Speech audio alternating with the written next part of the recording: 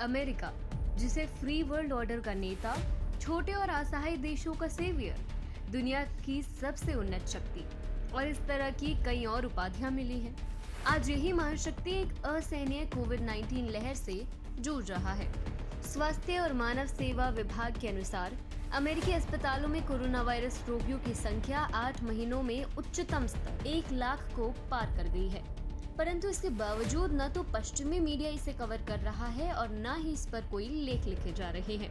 ये वही मीडिया है जो कुछ महीनों पहले भारत में कोरोना के डेल्टा वेरिएंट के सामने आने के बाद आई दूसरी लहर पर छाती पीट रहा था। भारत और पीएम मोदी के खिलाफ लेखों से उनकी वेबसाइट भरी पड़ी थी। मरघटों की ड्रोन से तस्वीरें ली जा रही थी और डॉलर छापे जा रहे थे। इतनी बड़ी कवरेज की जा रही थी कि जैसे भारत में ये क्या त्रासदी आ गई है। आज वही मीडिया अमेरिका में बढ़ते कोरोना की ड्रोन से फोटो तो छोड़िए, खबर को ही ब्लैकआउट कर दिया गया है। नमस्कार, TFI पर आपका स्वागत है और मैं दीक्षा नेगी आपको बताने जा रही हूँ कि कैसे भारत में दूसरी लहर के दौरान शमशान को भी न छोड़ने वाली पश्चिमी मीडिया आज अमेरिका के प्रतिदिन 1 लाख की संख्या से अधिक कोरोना के मामले सामने आने पर भी चुप है। अमेरिका में कोरोना से हालात दिन ब दिन बिगड़ते जा रहे हैं। अमेरिका भी हॉस्पिटल में बेड की कमी से जूझ रहा है। वहाँ लगभग वैसी ही स्थिति है जैसे दूसरी कोरोना वेव के समय भारत की थी। कोरोना एक ऐसी महामारी है जो संपूर्ण मानव जाति द्वारा अब तक किए गए सभी विकास कार्य के ऊपर भारी पड़ रही है। विकसित हेल्थ इंफ्रास्ट्रक्चर वाले देश भी कोरोना के आगे असहाय दिखाई दे रहे हैं। हालांकि पश्चिमी मीडिया ने कोरोना की विभीषिका को भी वैश्विक प्रोपेगेंडा के लिए इस्तेमाल किया है। हाल ही में जब से अमेरिका में कोरोना के सक्रिय मामले 1 लाख के पार हुए हैं और आईसीयू बेड की कमी हुई है, तब से CNN, ब्लूमबर्ग, न्यूयॉर्क टाइम्स सभी बड़े मीडिया संस्थानों ने कोरोना की विभीषिका को लेकर जो रिपोर्टिंग की है वे उस रिपोर्टिंग से बेहद अलग है जो भारत में आई वुहान वायरस की दूसरी लहर के समय की गई थी। इस समय सभी मीडिया संस्थान केवल सामान्य खबरें छाप रहे हैं कि अमेरिका में किस राज्य में कोरोना के कैसे हालात हैं। इस पर कोई भी चर्चा नहीं हो रही कि अमेरिका में कोरोना के कारण इतनी भयावह स्थिति कैसे पैदा हो गई। बता दें कि इस समय अमेरिका के हालात कुछ ऐसे हैं कि हॉस्पिटल में भर्ती रोगियों की संख्या अब तक के सबसे ऊंचे स्तर पर जा पहुंची है। लेकिन ट्रंप को कोरोना के मुद्दे पर घेरने वाली मीडिया जो बाइडेन से एक सवाल तक नहीं पूछ रही। वहीं भारत से तुलना करें तो भारत में दूसरी लहर के समय the guardian, Washington post, New York times जैसे कई बड़े अखबारों ने भारत सरकार के विरुद्ध कड़ा रुख अपनाया था। महत्वपूर्ण बात ये है कि इन बड़े अखबारों में छप रहे समीक्षात्मक लेख भारतीय द्वारा ही लिखे जा रहे थे। टाइम्स में छपे राणा अयूब के लेख का शीर्षक था strongman regime ignored all caution, अर्थात मोदी सरकार ने अपनी मजबूत छवि के घमंड में कोरोना से संबंधित सभी चेतावनियों को नजरअंदाज कर दिया। जबकि सत्य यह है कि चेतावनियों को नजरअंदाज केंद्र ने नहीं बल्कि विभिन्न राज्य सरकारों ने किया था। उत्तर भारत में कोरोना का जो वेरिएंट फैला था वह ब्रिटेन से भारत आया था।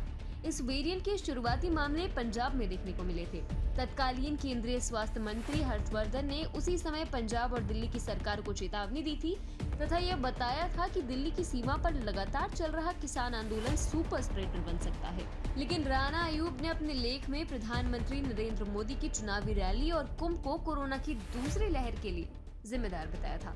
इसी प्रकार वॉशिंगटन पोस्ट ने मोदी चोज हिमसेल्फ शीर्षक वाले लेख में सरकार पर आरोप लगाया था कि चुनावी प्राथमिकताओं के कारण भारतीय सरकार ने कोरोना की भी चिंता नहीं की। यह लेख सुमित गांगुली द्वारा लिखा गया था। वहीं अरुंधति रॉय ने द गार्जियन अखबार में लिखे अपने लेख में कोरोना की दूसरी लहर को सरकार की असफलता बताते हुए आरोप लगाया कि सरकार में कोरोना की आपराधिक उपेक्षा यानी क्रिमिनल नेग्लिजेंस साफ दिखाई दी है। इस लेख का शीर्षक क्राइम अगेंस्ट ह्यूमैनिटी था। इन पत्रिकाओं और अखबारों ने शमशान में जलाई जा रही चिताओं की तस्वीरें ली और उसे अपने लेख में प्रयोग किया।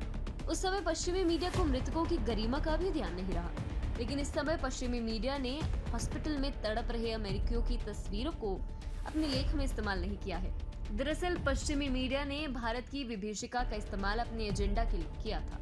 पिछले 7 वर्ष में भारत की सॉफ्ट पावर बहुत अधिक बढ़ी है। प्रधानमंत्री नरेंद्र मोदी की छवि वैश्विक स्तर पर एक कुशल प्रशासक की बन चुकी है।